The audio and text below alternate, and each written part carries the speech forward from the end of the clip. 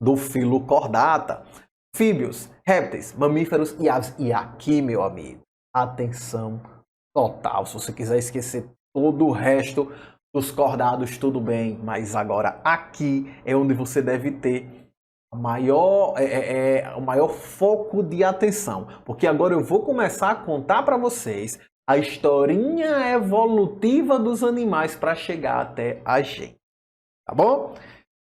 Então nós tínhamos lá atrás os peixes, foram os primeiros vertebrados a surgir. Acredita-se que o primeiro vertebrado era um peixe. Bem, pelo menos o primeiro vertebrado cordado, tá bom? Era um peixe. Esse peixe evolui para originar os primeiros anfíbios. E aí tem uma coisa em mente, ó. Esse carinha, ele resulta da evolução de um peixe e ele acaba de sair do ambiente aquático. Ele acaba de ganhar uma certa independência do ambiente aquático. Uma certa independência. Ele ainda não é totalmente independente do ambiente aquático. Olha para cá. Ó. É tanto que a fase larval dessa criatura, dos anfíbios, ela é totalmente aquática. Olha o exemplo de um sapo. Certo? O sapo vai lá, bota os seus ovos. Dos ovos nasce um girino que é aquático. Ele vai ter que passar por uma metamorfose, né? Até que ele vai ter que retrair essa cauda, desenvolver as patas para finalmente poder sair da água. Até lá ele não sai, é só dentro da água. A fase infantil, a fase jovem dele é aquática. Então isso é bem comum. Bom, então esses animais, como eles acabaram de adquirir essas características que lhes permitem andar, que lhes permitem viver fora da água, eles ainda possuem uma certa dependência da água. Primeiro, para sua reprodução. Os seus ovos, eles não possuem casca, pessoal. Ainda é um ovo muito parecido com o de um peixe. É só uma membrana envolvendo aquele ovo. Então ele pode desidratar com muita facilidade. Por isso seus ovos precisam ser colocados dentro d'água. Se forem colocados fora d'água, esses ovos vão murchar, vão desidratar, consequentemente, e morrer. Tá bom? Então olha só, a sua maior dependência, a reprodução só ocorre na água. Não dá para reproduzir fora d'água. Sem reprodução, a espécie entra em extinção. Certo? Outro aspecto, aí beleza, reproduziu, nasceu o filhotinho passou por toda essa metamorfose, adquiriu as patinhas, retraiu essa nadadeira, chegou à idade adulta, consegue sair da água, mas não pode ficar longe de um ambiente úmido, precisa permanecer em um ambiente úmido. Isso porque os seus pulmões ainda não estão plenamente desenvolvidos. Seus pulmões não estão bem desenvolvidos ainda. Dessa forma, ele depende da respiração cutânea, respiração realizada pela pele. A sua pele precisa auxiliar no processo respiratório, nesse processo de obtenção de oxigênio, já que os seus pulmões pouco desenvolvidos ainda não dão conta do recado em 100% da necessidade de oxigênio do animal. Certo? Então, para que a respiração cutânea seja possível, lembra, falei disso lá em bioquímica, lá no conteúdo do primeiro ano, quando nós falamos de água, reações metabólicas só ocorrem em meio aquoso, reações metabólicas só ocorrem na presença de água, logo a respiração precisa de água. Então a sua pele, ela é fininha, para que ela possa absorver o oxigênio, ela precisa estar úmida o tempo todo para que a reação metabólica da absorção do oxigênio possa acontecer. Então veja outro motivo pelo qual ele não pode sair do ambiente, ele não pode abandonar totalmente o ambiente aquático. Uma pele delgada, uma pele muito fina, que perde água, que transpira com muita facilidade. E se essa pele resseca, ele não respira mais. Ele perde a respiração cutânea. O que leva o animal ao óbito. Tá bom? Então veja, então aqui nós temos o anfíbio, né?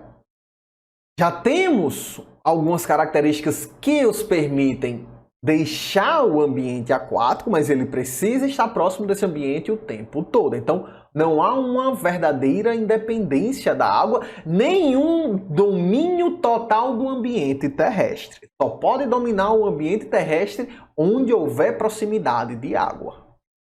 Mas aí, de alguns anfíbios acredita-se que alguns anfíbios evoluiriam para formar os primeiros répteis. Então, o réptil seria o resultado da evolução de alguns anfíbios.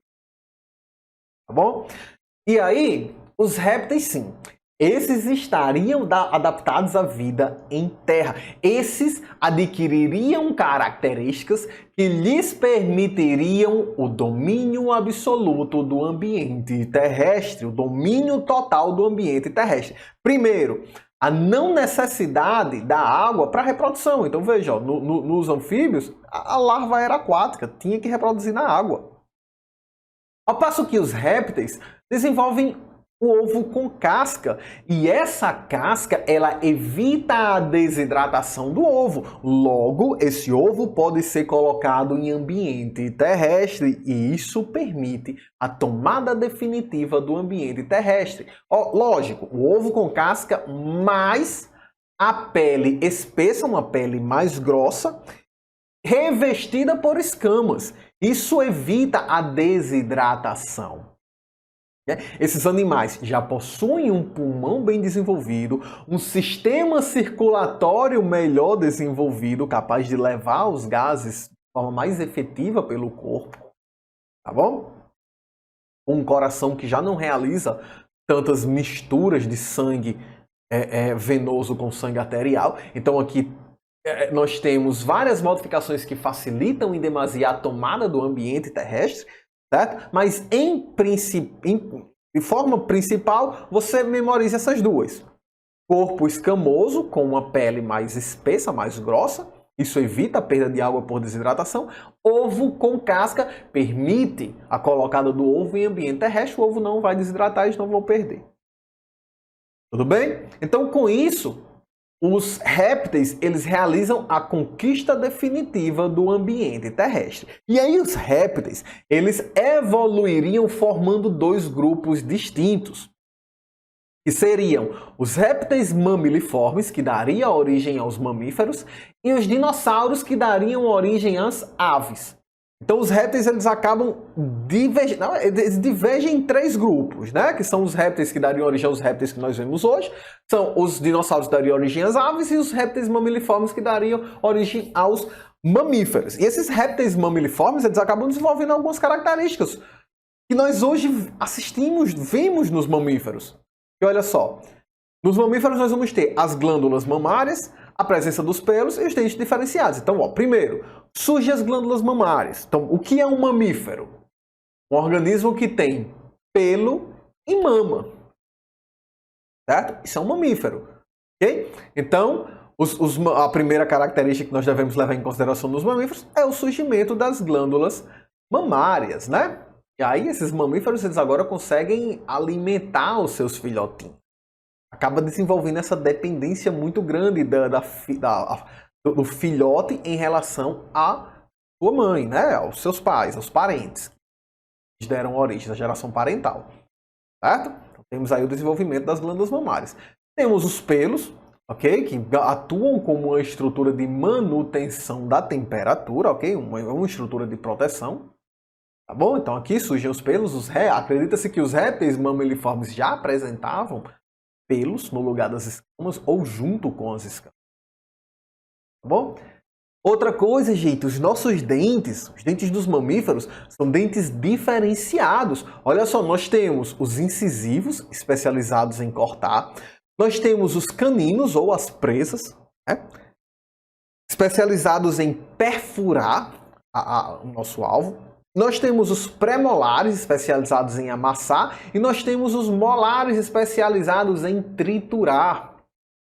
Então veja que nós mamíferos temos dentes especializados, cada um com a sua respectiva função. Então são os incisivos, os caninos, os premolares e os molares, cada um com uma função específica.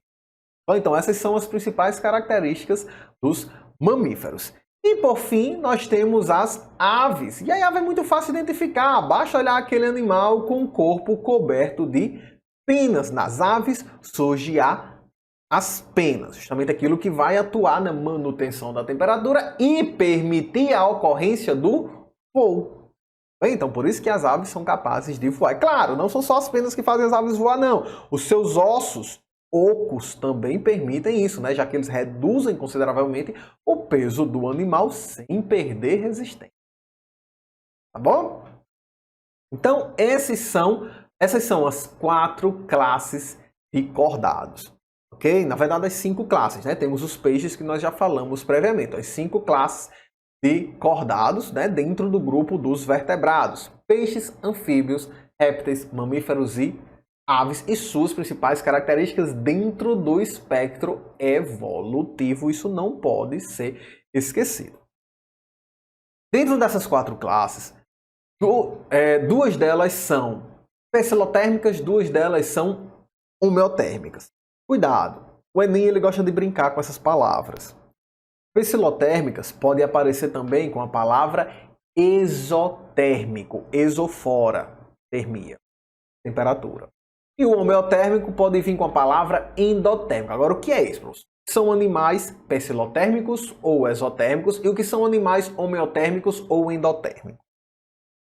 É que no pecilotérmico, esses animais eles não possuem estruturas capazes de regular internamente a sua temperatura. Logo, a temperatura do seu corpo oscila, varia de acordo com a temperatura do ambiente. Ao passo que os homeotérmicos, a temperatura do seu corpo ela é controlada internamente. Então, eles possuem mecanismos que permitem o controle interno da temperatura. Logo, eles realizam a manutenção da temperatura corporal, mantendo a temperatura constante. A temperatura do ambiente ela pode aumentar, ela pode diminuir, mas os homeotérmicos vão manter a temperatura constante, como nós seres humanos. O ambiente está frio, nossa temperatura está entre 36 e 37 graus. É a temperatura do nosso corpo. Entre 36 e 37 graus é considerada uma temperatura normal. O ambiente esfria, nossa temperatura permanece essa. A gente começa a tremer, né? Os pelinhos ficam eriçados. Tudo isso para ajudar a manter, a aquecer o nosso corpo. Aí a temperatura esquenta. Nós começamos a suar. Certo? A água evapora, nosso corpo libera, nossa pele libera a água, essa água evapora, levando o calor embora e mantendo a temperatura sempre dentro desse limiar entre 36 e 37 graus. Tá bom? Então, tanto nós, seres humanos, como as aves são capazes de fazer isso, são capazes de realizar a regulação interna da sua temperatura, mantendo a temperatura constante e não permitindo que ela oscile com a temperatura ambiental. Ao passo que anfíbios e répteis, que são pecilotérmicos, a temperatura do seu corpo oscila de acordo com a temperatura do ambiente. É por isso que quando você olha, por exemplo, um jacaré, durante a noite ele está ali dormindo, mole, fraquinho. Amanheceu o dia, eles saem da água e abrem aquela bocona, né? Aquela boca ali faz com que o sangue vá... circule na língua, o sol bate ali, aquece o sangue que volta para o corpo, esquentando, aquecendo todo o corpo. Tá bom? Então, essa é a principal diferença. Lembra dessas palavrinhas, o Enem brinca muito com isso. Pecilotérmico é a mesma coisa de exotérmico. Exo, fora. Então, a temperatura do corpo varia de acordo com a temperatura do ambiente. E homeotérmico é a mesma coisa de endotérmico. Endo, dentro. A temperatura do corpo é mantida por alguns mecanismos internos. Então, mantém aquela temperatura estável. Tá bom? Tem esses aspectos em mente e aqui nós abordamos os principais aspectos evolutivos dessas criaturas. Se fôssemos falar das características específicas de cada um, aí nossa aula seria bem mais longa. Afinal de contas, os sistemas digestórios são diferentes, os sistemas respiratórios são diferentes. Vê, de fato, um histórico evolutivo em cada um desses sistemas é bem interessante. O sistema circulatório é diferente, os corações deles, ainda que parecidos, são diferentes.